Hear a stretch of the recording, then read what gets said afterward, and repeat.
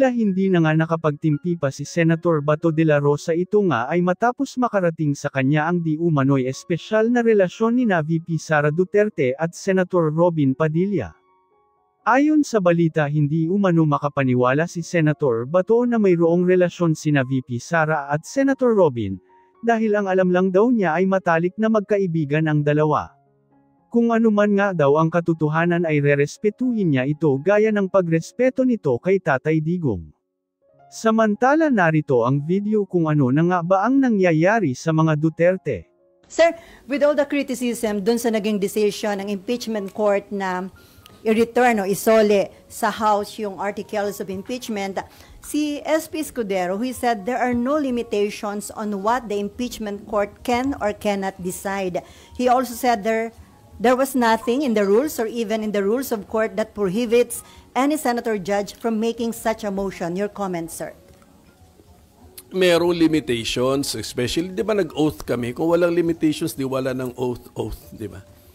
We will render impartial justice. So, bawal i-violate ng judge yun. So, if you're taking, if you're pursuing a partial position, partial stand, you're violating your oath to render impartial justice. Then of course there's a constitution. Yun ang ano talaga, yun ang absolute rule na bawal ano tawag mo doon, i-violate. Kaya sir ba nangyari from motion to dismiss, naging motion to remand, motion to return, and recently sinabi ho ni Attorney Tonggol, yung spokesperson ng Senate Impeachment Court, walang physical na binabalik sa House, ito lamang daw ay constructive referral, meaning tingnan daw ulit ng Kamara yung ipinasang articles of impeachment at dagdagan ito ng 2 certification na hinihingi ng impeachment court. Yun na nga. So, pwedeng... Ba't binago-bago, sir? Correct. Bakit? Nakita nyo, nag-evolve yan, dismissal, remand, return, without dismissing or terminating the case. Ganun yung tatlo eh. Tapos ang gusto lang pala nila is to ask questions. Sabi ko nga eh. Request for information lang ito eh. O di, pwedeng mag-order ang court or sinabi ko nga, mas practical yung advisory na lang eh. Advisory na lang ng court sa House of Representatives Panel of Prosecutors that when you file your reply to the answer of the Vice President, in addition to replying to the answer the following questions from the court. 1, 2, 3, 4, 5. Di gano'n. Hindi na kailangan mag-imbento ng magical word na return, without dismissing or terminating the case. So sir, kung gano'n na lang... Tapos meron pa nga doon, until such time that. So, returned until such time that. So, masyado nang pina-complicate ang dapat simple lang na procedure. So sir, kung simpleng advisory ang ganawa ng impeachment court, hindi na kayo umani ng batikos from different sectors? Correct, kasi nga nag-imbento kami ng bagong konsepto. So sir, ano yun? Ang sabi nyo ba, nag-create ang impeachment court another issue to derail or to delay the impeachment? Ganun di ba ang impression nyo, sir? Imbis na simplihan mo yung proseso na madaling maintindihan ng lahat, hindi lang ng taong bayan, but pati yung parties to the case, para madaling makakomply, diretso lang sana, medyo lumiko ka, kumorbada ka, bumaba ka, tumaas ka. Di marami ngayon pwede maka-imagine ng legal issues, hindi ba?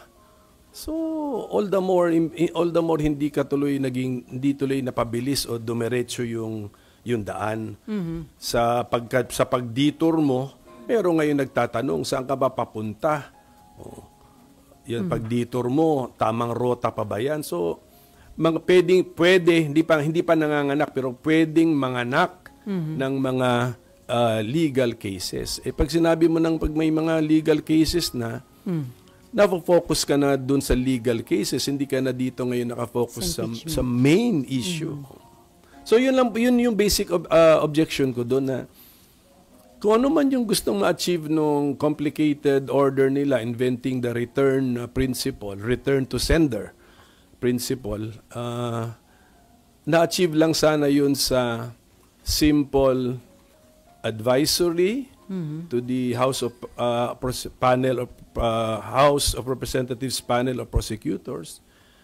And don't worry dun sa 20th Congress House of Representatives kasi ang practice sa Amerika na nung pinasa nung 105th Congress sa 106th Congress yung kaso na impeachment, ang ginawa lang ng 106th Congress, nag-submit sila sa Senate impeachment sa Senate as the impeachment court ng panibagong listahan ng panel of prosecutors. So yun na yun. Yun na yung manifestation that we will pursue the case. Mayroon kami bagong nominees o bagong names ng prosecutors. So, simpleng gawin. So sir, sa tingin niyo may intention na i-divert yung attention sa ibang mga issues sa halip dun sa main issue, itong impeachment case against VP Sara? Well, konting investigative journalism siguro dyan. Just get the opinions and then the motivations of the 18 kasi sila naman ang bumoto doon eh. And then dahil po dun sa nangyari, may mga panawagan for inhibition na mag-inhibit yung ilang allegedly bias na dito nga sa impeachment case laban kay VP Sara. Well, wag na magpa-inhibit kasi nga pinili ang impeachment nasa Article 11, hindi sa Article 6. Article 6 yung Legislative Department. Article 11. Ibig sabihin nun, yung sumulat ng ating Constitution, pwede sila actually namili ng ibang body to be the impeachment court. Ang pinili pa rin ay Senate. Therefore, let it be. So yung mga judges, yung mga senador na magiging judges, ipaabot hanggang dulo sa decision nila so that they will now state the decision, guilty or not guilty. Tapos taong bayan na ang huhusga sa decision ng bawat senador.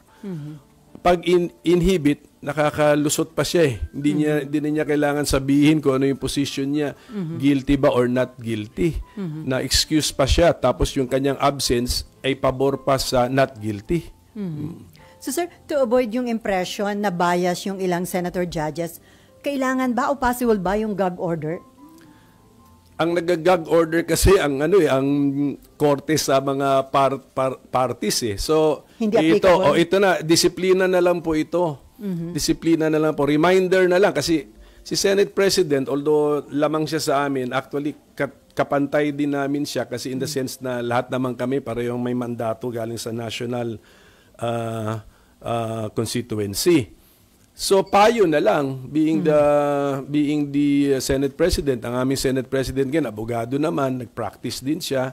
Magpapayo na lang siya na please stop commenting on about the case, lalo na sa merits of the case, kasi pinagbabawalan nga natin yung mga parties eh. Pinagbabawalan ng parties na magkomento sa merits ng case sa labas ng korte. So, dapat yung nagbabawal din, mayroon din dapat sapat na disiplina to also observe. Kagaya nyo, ang sabi nyo, you observe code neutrality. The code neutrality of an impartial judge. Sir, over the weekend, sinabi nyo na hindi pa kayo ready to answer yung legal question na kapag may mga mag-inhibit, anong number magiging basis for conviction? Ngayon ba, naaral nyo na at may sagot na kayo doon sa tanong na yon? Ang logical answer, kasi hindi ko alam kung tama ako, pero sa wording lang ng Constitution, kailangan all the members of the Senate and 2/3 doon ay magsabi ng guilty bago masabi nating na-convict ang impeached officer. So, kung mayroong senador na absent, may sakit, siraan tiyan, nasa abroad, nag-inhibit, nandun, ayaw magsalita, ayaw magpaliwanag, tinanong, guilty or not guilty, tumahimik lang, ay magsalita. O lahat yung hindi counted na nagsasalitang guilty. Binibilang natin dito yung sinasabi yung salitang guilty. Yun po ang bibilangin. So hindi binibilang yung nagsabing not guilty. Hindi importante yun. Ang importante, ilan ang nagsabing guilty. So hindi nagsalita counted as what, sir? Hindi siya nagsabi ng guilty. So, hindi siya counted sa guilty. Kailangan umabot yung guilty ng 16. Pag hindi umabot, there is no conviction. Ganun lang po yun. Hindi na lang natin sasabing not guilty, but not convicted. Pero pwede din mag-abstain. Abstain, tahimik, umalis, nag-walk out, nag-absent. Pero yung abstention, considered as acquittal yun, sir? Ang abstention, hindi nagsalita ng guilty. So, hindi mabibilang sa Guilty. pagbilang natin ng guilty. At kailangan 16 para masabi nating na-convict. Okay, si Daniel? Microphone. And then Klaruhin Nimpan? lang, illegal ba yung ginawang motion on the floor? Kasi judge po yung nag-motion nung nag-convene po kayo. Illegal po ba yun? And baka pwede rin po ba maging puntos din yun ng depensa kung sakaling iakyat nila sa Supreme Court? Pag sinabi kasi natin illegal against the law, so ano siguro ito, against the oath. I think it's against the oath. Kasi naka-oath ka na, and then sasabihin mo you will render impartial justice. And yet, kinampihan mo na yung argumento ng isang partido.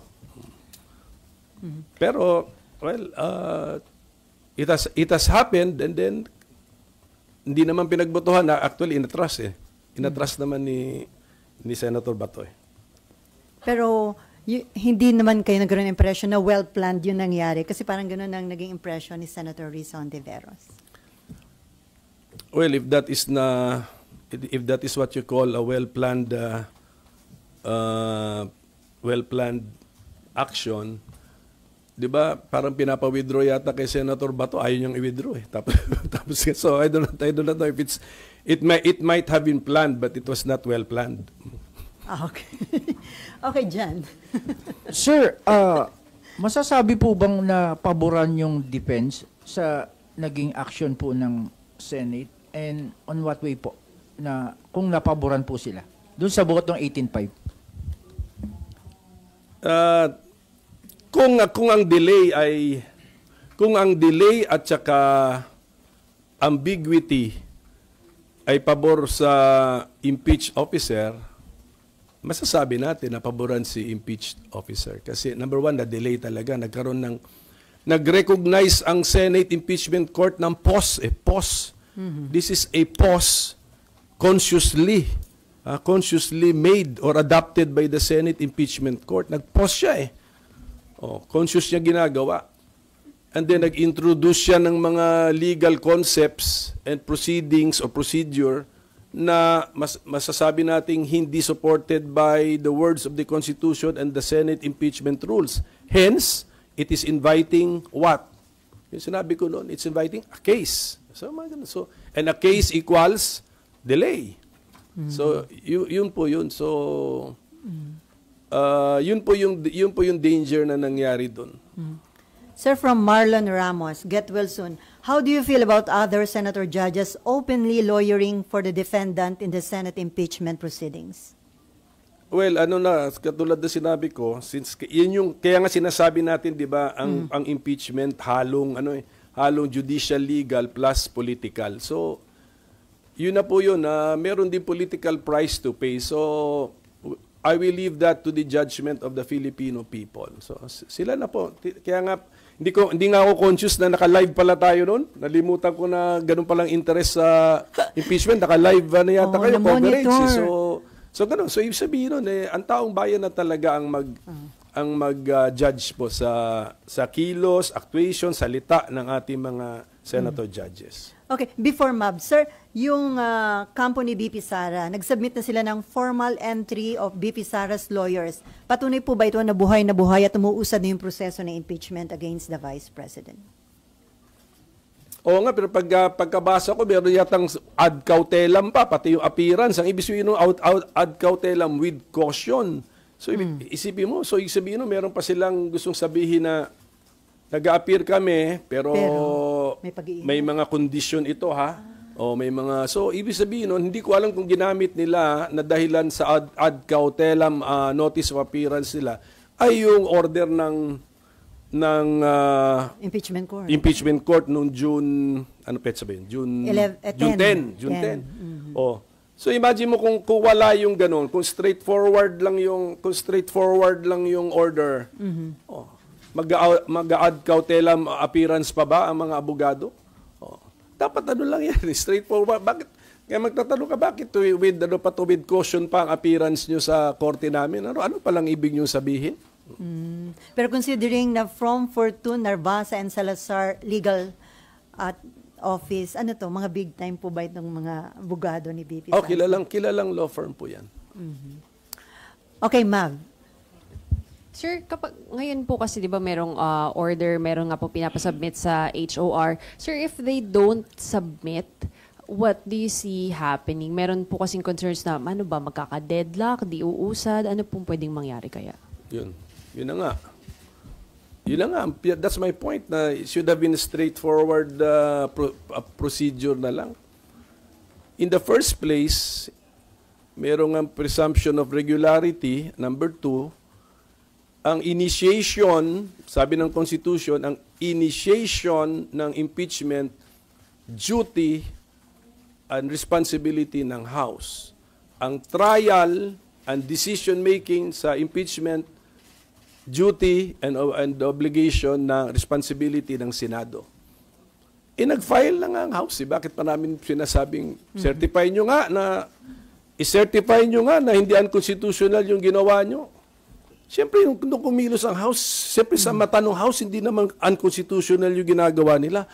Wala namang Senate or House pag nagpapasa kami ng batas dito, although later declared unconstitutional by the Supreme Court. Nangyayari na yan. Not only today, but decades ago, nangyayari na yan. Hindi po consciously pinapasa ng Kongreso yan na we will consciously pass an unconstitutional law. Sa mata namin, when we passed it, it was constitutional. Although, nung further study ng Supreme Court, declared unconstitutional. So, ganun din yun. When the House passed that verified complaint, which became the articles of impeachment, sa mata nila, for sure, hindi unconstitutional yung ginagawa nila. O ngayon, binalik na namin para sagutin kami na, siyempre, hindi unconstitutional sa mata namin when we made it. So, it really caused unnecessary delay. It introduced a maneuver, a detour na hindi na kailangan gawin. It introduced legal concepts na not so clear ang meaning. When number 1, we could have just assumed it, and then number 2, we could just have asked them simply without returning. Okay. Isang follow-up lang po. So sir, ano nga pong mangyayari if they refuse to answer yung clarification at yung attestations? Hindi lang yata yung refuse to answer or even fail to answer while the 19th Congress House is still existing. Yun yan eh.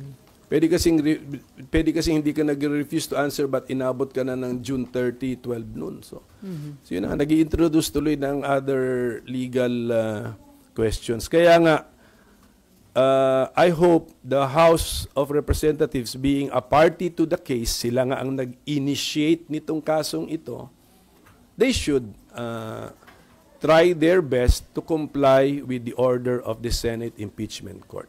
Kaya nga paano doon nila Comply sila kasi party sila at sila ang nag-file ng impeachment case.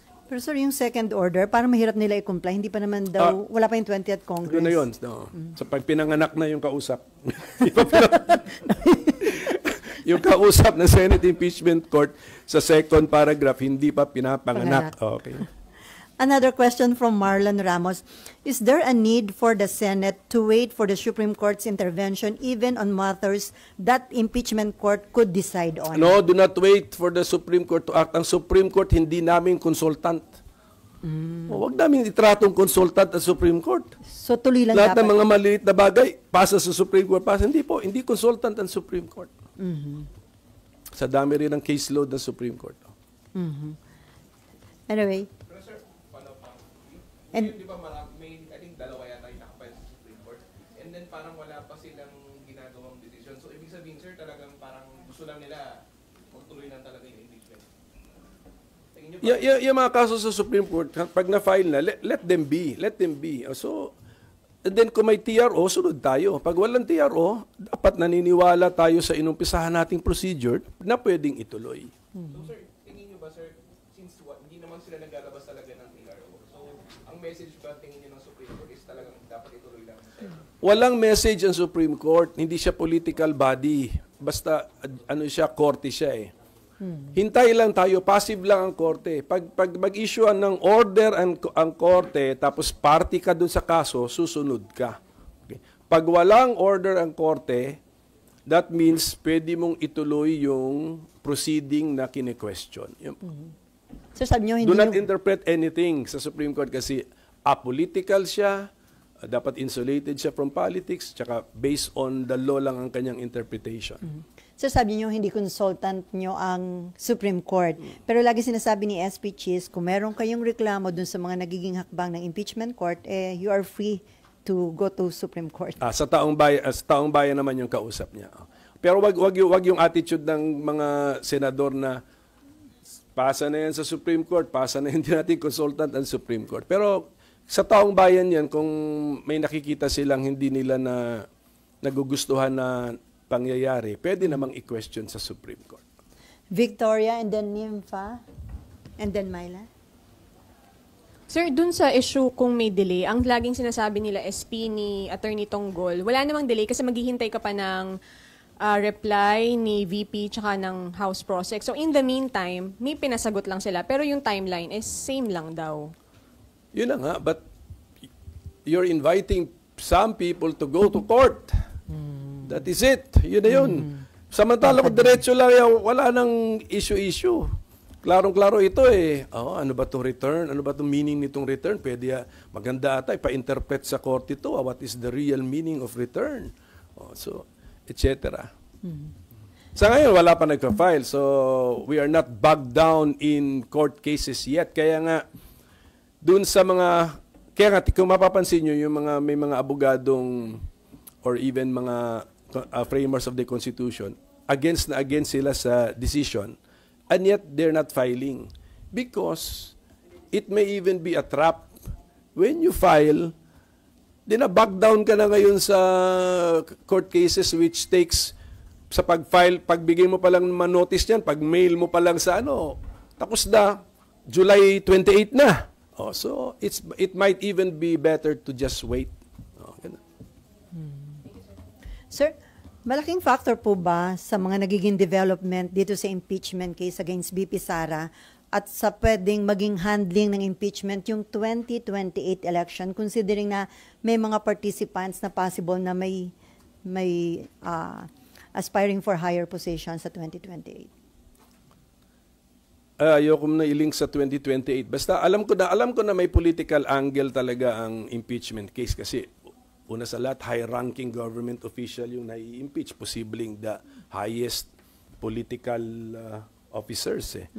And then ang ginawa pa nating impeachment court, Senado pa, mga politiko din. So may politics involved, pero dahil sa umabot ka na ng Senado, pinagkatiwalaan ka na ng taong bayan at klaro naman sa Constitution na part ng job description mo yan, anytime pwede ka maging judge sa impeachment trial, tapos nag-oath ka pa, you will render impartial justice, ang assumption ng taong bayan, kaya mong gawin yan.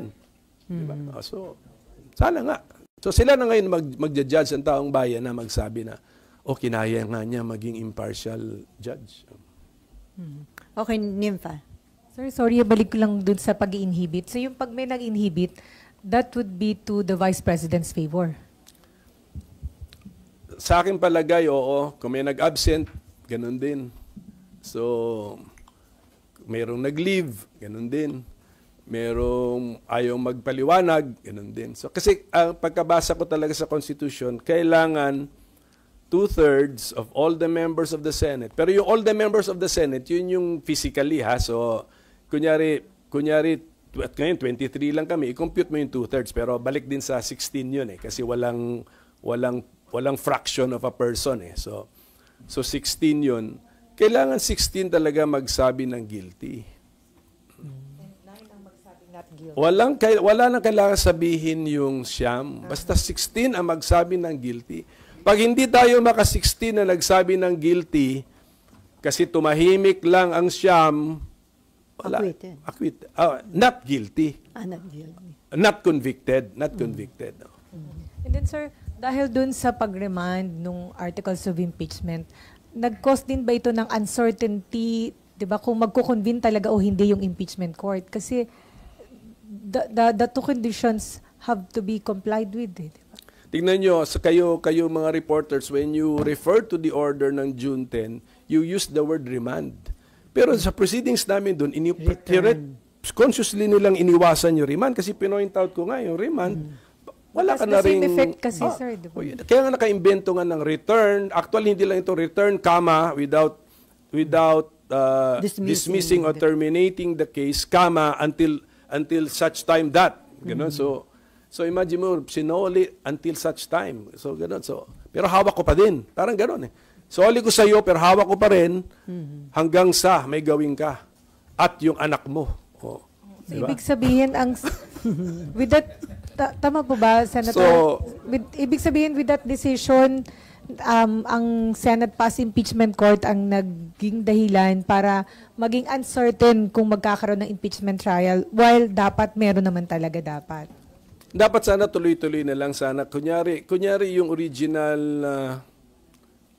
calendar na inisyu ni SP noong February, March. Kung sinunod lang. Kung yun, medyo okay na yun, diretso-diretso lang. June 2, okay nga, June 2, June 3, then maybe sa mga end of June, maybe a little trial or appearances.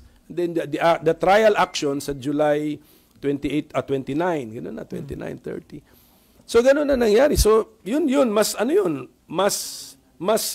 straightforward yung kalendaryong yun. Ngayon ginawa niya, may return to sender, liliko ngayon sa kaliwa. So yun na yun, nag-introduce na nga ng, actually nag-i-invite nag-i-invite ng kaso na, okay, file the cases.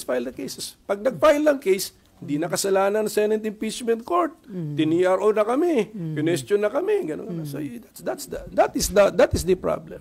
Related to that, sabi ni Marlon Ramos, do you think SP and the rest of the senators acted differently had President Marcos issued strong statements on VP Duterte's impeachment trial like Pinoy did during CJ Corona's impeachment trial?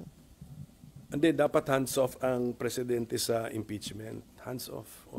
Pag tignan natin yung Article 11, there is no role, of the president in impeachment proceedings.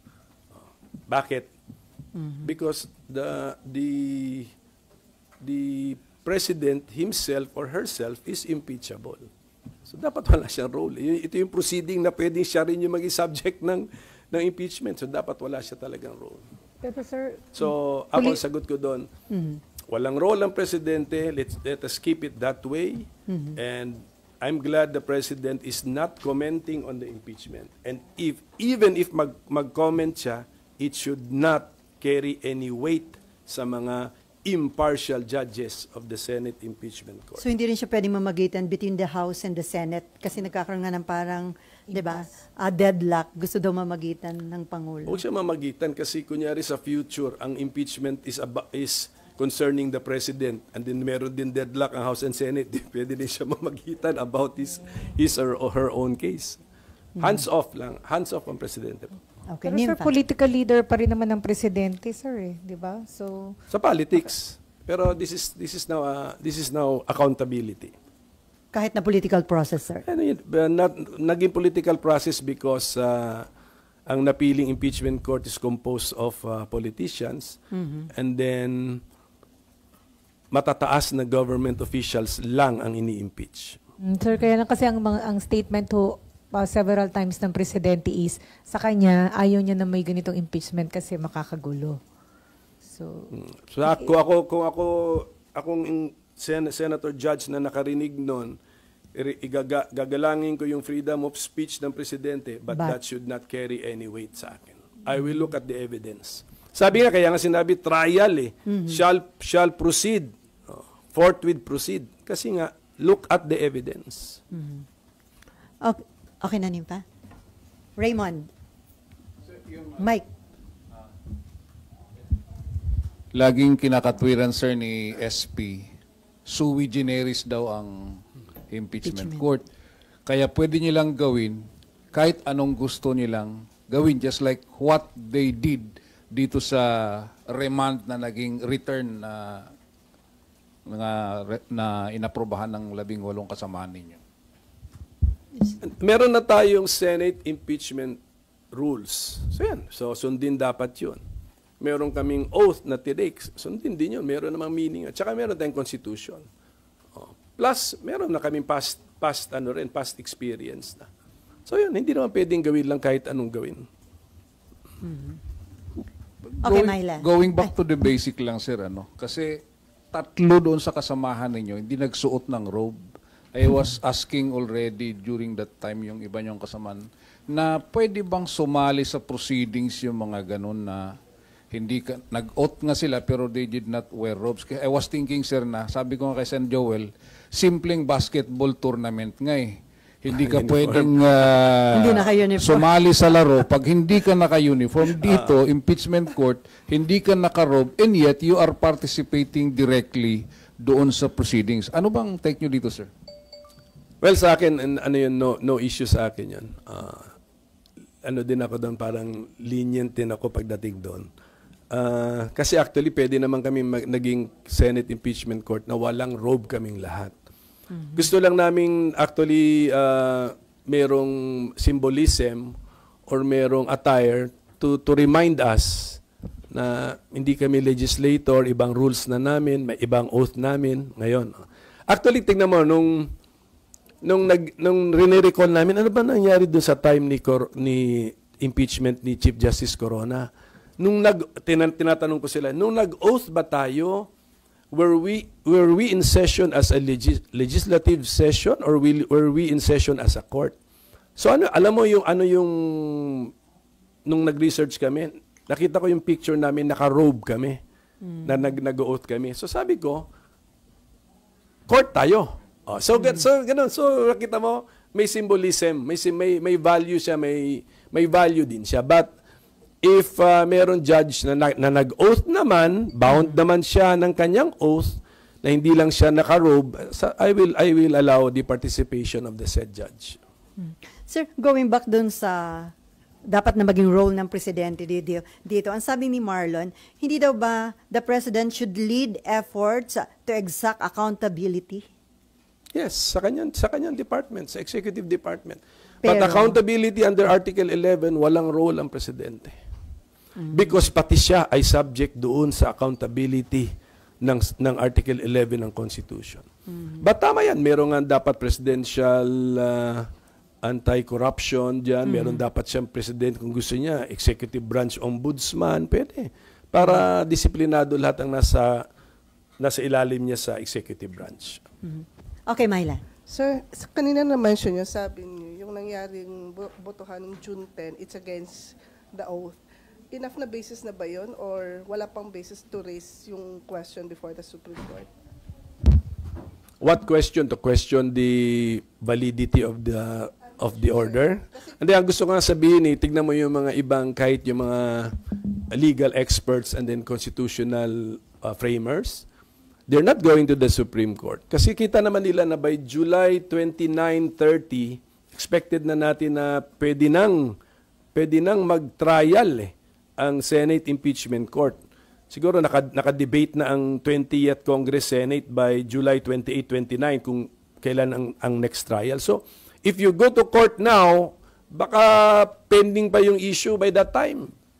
Yun isa sa mga sinasabi ni SP na maraming ang question pero until now wala pang case na pinafile sa Supreme Court. Pero as it is now, sir, yung nakikita nyo lang sa lawyer, meron na, without thinking, sir, kung ano yung magiging effect kung mag-file kayo sa Supreme Court. Just the same, sir, meron ng basis to raise the issue before the Supreme Court. Yes, there is a basis to question, pero ako mismo, I will advise not to go to the Supreme Court anymore. Hintayin na possible delay. Tsaka, ano ma-achieve nun? Ano lang, baka bumalik pa sa step 1. Di ba? Hindi natin alam. So wag na, pabayaan na lang yan. Tapos by July 29, 30, 31, August 1, yan, may pwede na. Pwede nang mag-trial yan. Kasi ang incoming Senate, hindi nila pwedeng gamitin ngayon ang excuse na meron pa silang rinarush na mga priority laws. Kasi wala pa, ano pa yan filing pa lang yan. Linuluto mo pa yung mga bills dyan Magko-committee hearing pa So actually, perfect time yan. Marami kayong time para mag-trial. Okay, Nimpa. Dagdagan ko lang, sir. Kung pagkatapos ng June 30, sir, magkakaroon pa ba kayo ng role? I mean, as a private citizen, ano ba yung pwede nyo pang tulong after ng impeachment? After ng term nyo, sir. Maging ano tayo, maging commentator tayo pag sa trial, di ba? Dala-dala ko yung copy ko ng Senate impeachment rules, interpret natin. So, pwede. Pero definitely, sir, wala naman kayong plan to either help ko anong ang camp ng defense or prosecution. Sa ngayon, wala namang offer ngayon. Wala pa. So, mas maganda nga sa... May pending.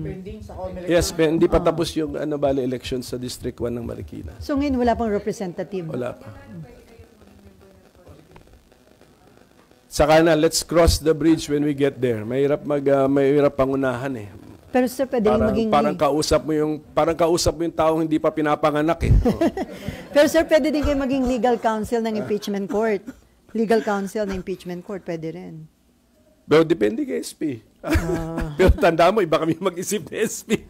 Magkakontra. Anyway, from Camille Balagtan. Sige, ako muna. Sir, pag sa 20th Congress, ang sabi naman ng mga congressmen, may nakausap kami isa na malamang naman po i-comply yung order, yung 1 and 2. Kasi napanganak na yung Biden yung 20th Congress So sa pag sino mag-comply nung 1? Si 19th. Yes, sir. Si 19th nakausap Yung 19, sir. Yung pangalawa, walang choice except si 20th Congress. And then, sir, kung ma-comply yung order na yun, dapat automatic na yung trial o dependent pa rin dun sa magiging composition ng Senate kung tutuloy o hindi. Kasi pwede din daw magbotohan ba kung tutuloy sila sa trial o hindi? Dahil doon sa question, sir, kung pwedeng tumawid o hindi. Basta sa mata ng court, ang assumption mo, nag-comply na sa dalawang So, sa mata ng court, okay na. Ano na yan? Done. Okay. Completed. Resolved. Okay. So, anong next? Trial na. Yun. So, ngayon depende na yun sa 20th Congress Senate kung mayroong mag-bring ng issue ko na ano ba yun? Nag-crossover ba? Namana ba natin yung impeachment case na na-file sa korte natin nung time nung mga previous judges. Ang common sense sagot doon, syempre, tuloy.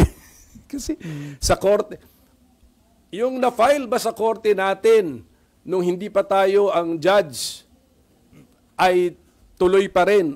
Syempre, ganoon talaga sa korte. Kahit na, kunyari, RTC number 1, 2, 3 ka, bago akong judge ng RTC 1, 2, 3, dati ang judge si Selly, tatanungin ko ba sarili ko, yung mga kaso ko ba ngayon na na-file nung panahon ni Selly ay tuloy pa, buhay pa? Ano sagot dun? Siyempre. Pero pwede pa rin silang magbotohan nun, sir. Kasi kung sa inyo, siyempre, baka dun sa iba, not necessarily, siyempre. I-televise pa rin yung decision making nila dyan at taong bayan na ang uhusga sa kanila. Pwede rin siya, sir, na i-petition din sa Supreme Court. Yes, yun definitely pwedeng sa Supreme Court. Sir, from Camille, former Dean Attorney Mel Santamaria issued a strong warning citing Article 207 of the Revised Penal Code, which penalizes malicious delay in the administration of justice. Do you believe this could apply to senator judges in the impeachment trial, citing the fact na may obstruction of justice?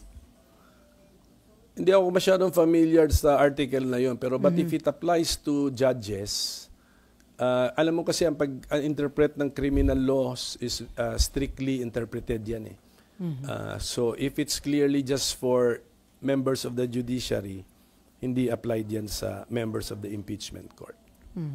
So sir, paano yun? Hanggang June 30 ka na lang as senator, as member ng impeachment court. So, Right. malungkot ka ba na hindi ka na makapag-participate dun sa mismong trial nitong kaso na ito? Hindi. And I have the cold neutrality of an impartial judge.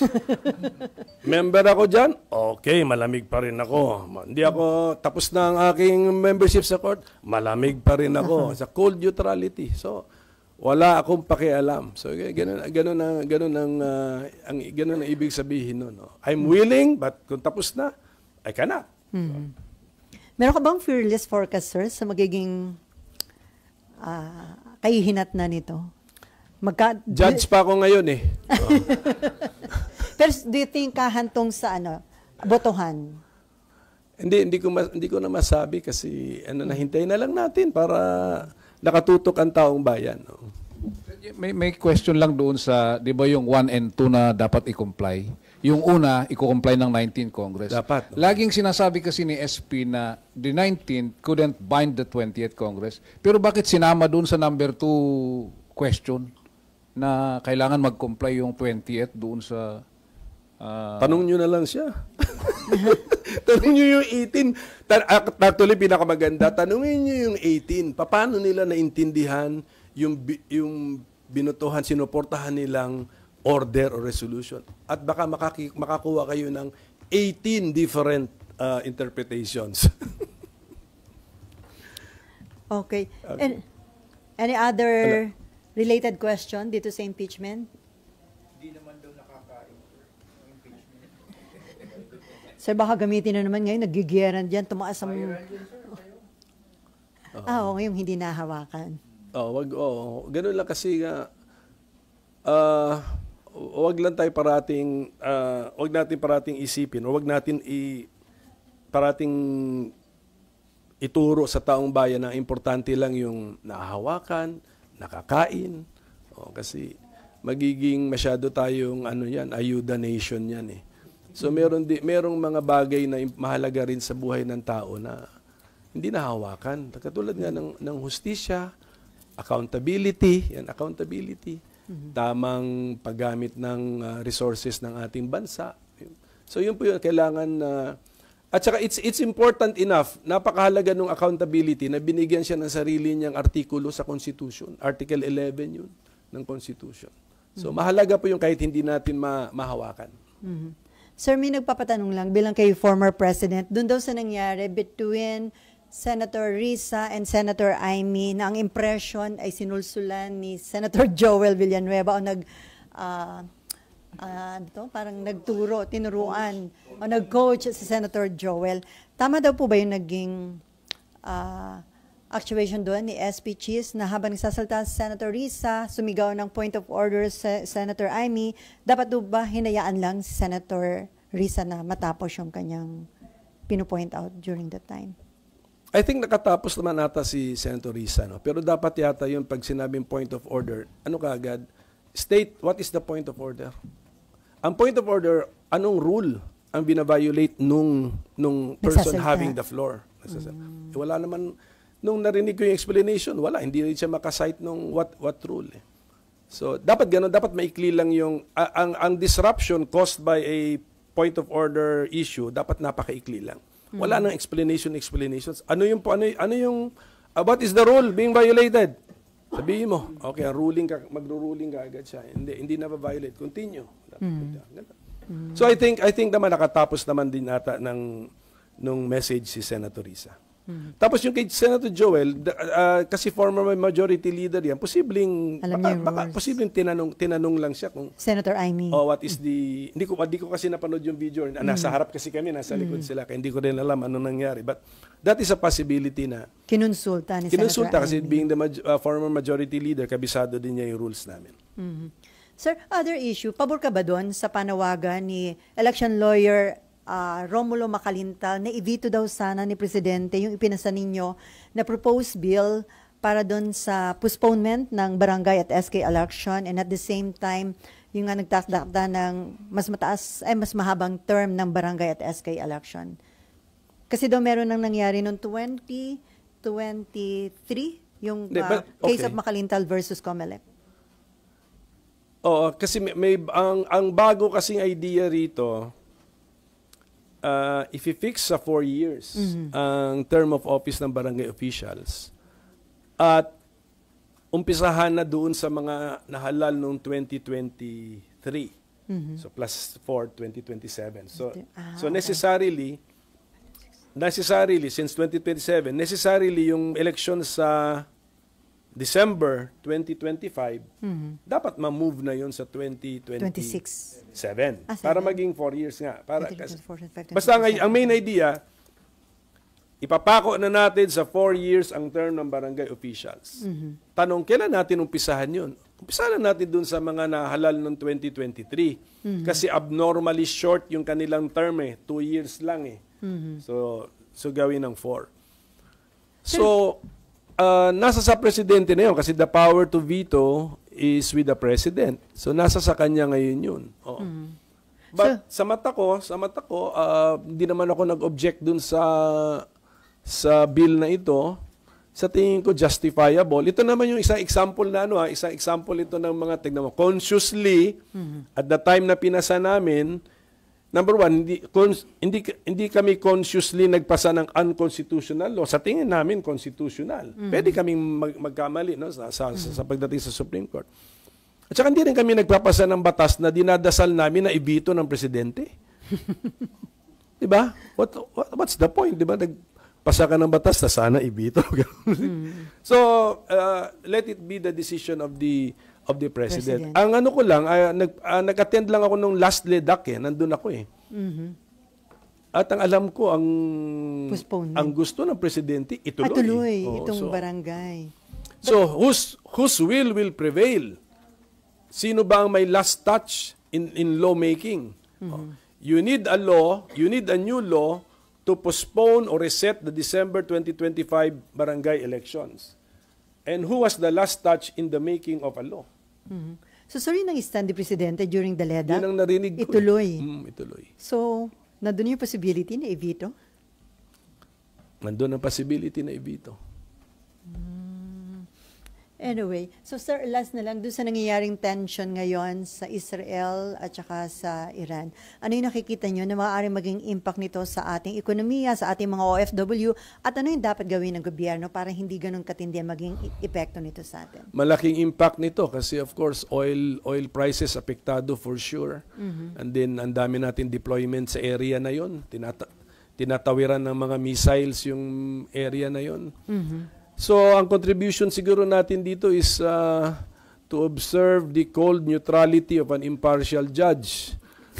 Kung pwede, mag-contribute tayo sa settlement of the issue. Huwag tayong kumampi, gumit na tayo, offer tayo to be what? Venue for talks, as the bridge between the two countries. Yan ang gawin natin. Kasi kailangan peaceful resolution po ito. Thousands of missiles na po ang mga pinapaputok nila at delikado kasi isang maling location na mapasabugan, it might really escalate. And the mere fact may mga kapwa tayong Pinoy na dami doon sa area na yun because if you look at the area kung saan nag-exchange ng missiles doon sa vicinity, of course sa Israel marami, I'm sure sa Lebanon, meron din, may Filipinos, at sa Jordan, may konti siguro, but dito sa UAE, we have millions, dito na sa area na to, nasa baba yan so, I'm sure in Iran, meron din, so yun po yun and we do not like war, we should never enjoy war or encourage war. Mabuti na rin ito, nakikita natin, these are the consequences of war, kaya tayo rin dito sa Pilipinas, mag-adapt tayo ng mga policies which will minimize the possibility of war. Ganun din po. Ayaw natin, kita nyo, grabe ang, hindi lang ito abala I mean, destruction and then loss of lives. And then yung series of oil price hike ang asahan natin, sir, kapag tumindi yung tension. Malaki pong epekto po nito.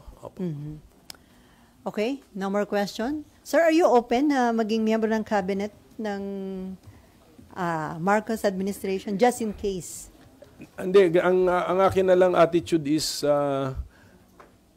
panalangin ko na mag-succeed ang last 3 years ng Marcos administration. Kasi ano na lang tayo, one boat lang po tayo, isang sasakyan lang tayo, may eroplano man o barko na we will rise together or we will fall together, sink together. So ayaw natin yun, sana umasenso tayo together. So we will help as much as we can. And ang gusto kong emphasize actually, kahit private citizen ka, makakatulong ka pa rin sa pag-asenso ng ating bansa. Okay, well said. On that note, thank you so much. We will miss you, sir. Thank you. Salamat sa Senate Media. Salamat sa tulong ninyo.